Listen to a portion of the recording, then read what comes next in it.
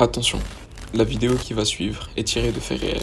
Bonne chance. L'enquête dont je vais vous parler aujourd'hui est bien et belle arrivée très récemment à une jeune fille qu'on va appeler Samantha. En plus d'être réelle, elle pourrait arriver à n'importe qui d'entre vous. Mais avant de commencer, n'hésitez pas à vous abonner. Activez la cloche, ça fait toujours plaisir.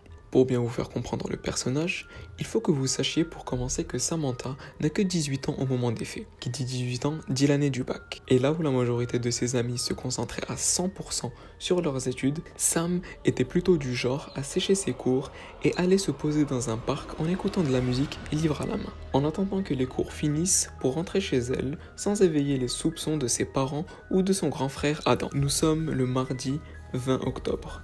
Il est 1h de l'après-midi et les élèves se préparent à rentrer en cours. Tous, sauf Samantha, qui avait décidé une fois de plus d'aller au parc. Pendant le trajet, elle sent une présence étrange derrière elle, comme si elle était suivie. Mais elle n'y porte pas plus d'importance que ça et continue sa route.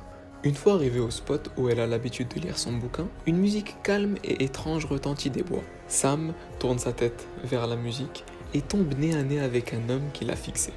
Pétrifiée, elle eut le réflexe de simuler un appel pour foutre le camp. Mais avant même qu'elle puisse bouger, l'homme était déjà devant elle et lui disait « Bonjour Samantha, comment ça va aujourd'hui ?» Elle était restée complètement figée et arrivait à peine à parler. L'homme la regarda et lui dit « Excuse-moi, je ne voulais pas te faire peur. Je veux simplement ton numéro de téléphone. » Sam savait que si elle refusait, elle ne savait pas de quoi l'homme en question était capable. Donc, décide de lui donner. Et avant de partir, l'homme lui dit pour la dernière fois « On se reverra bientôt. » Complètement pétrifiée, Sam rentre chez elle en larmes. Des jours, des semaines passent, sans aucune information sur l'homme du parc. Et alors qu'elle parlait à un ami à elle, Sam reçoit une notification qui lui glace le sang. Un numéro inconnu venait de lui envoyer une série de photos d'elle avec ses amis et sa famille, avec comme message « Est-ce que je t'ai manqué ?»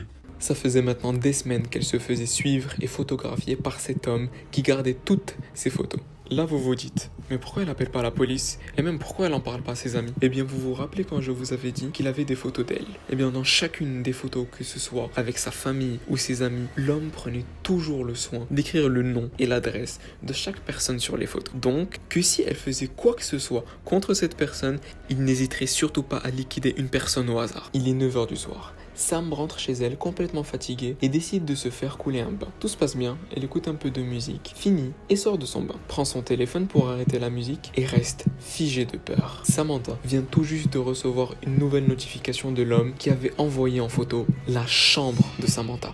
Complètement paniquée, elle vérifie que la porte est fermée à clé, pose quelques objets contre la porte et là, elle voit une ombre derrière la porte qui reste immobile quelques secondes. Elle raconte que c'était les secondes les plus longues de sa vie. L'homme derrière la porte commence à mettre des gros coups pour ouvrir la porte. Cette dernière, sur le point de lâcher, Sam se met à genoux, sentant son heure bientôt arriver. Et tout d'un coup, elle entend la porte principale s'ouvrir violemment. S'ensuit une série d'objets qui se cassent, qui se brisent contre les murs. Et puis, tout d'un coup, un silence horrible s'installe. Après quelques secondes d'hésitation, Sam sort enfin de la salle de bain et tombe nez à nez avec son grand frère maîtrisant l'homme en question. Elle appelle directement la police et pendant qu'il se faisait embarquer, il lui dit pour la dernière fois « Un jour, tu seras à moi, Samantha. » La voix de ce mec retentit toujours dans sa tête et nous comme elle, on se demande qu'est-ce qui aurait pu arriver si le grand frère n'avait pas été là. Morale de l'histoire, séchez pas les cours les mecs, c'est pas ouf.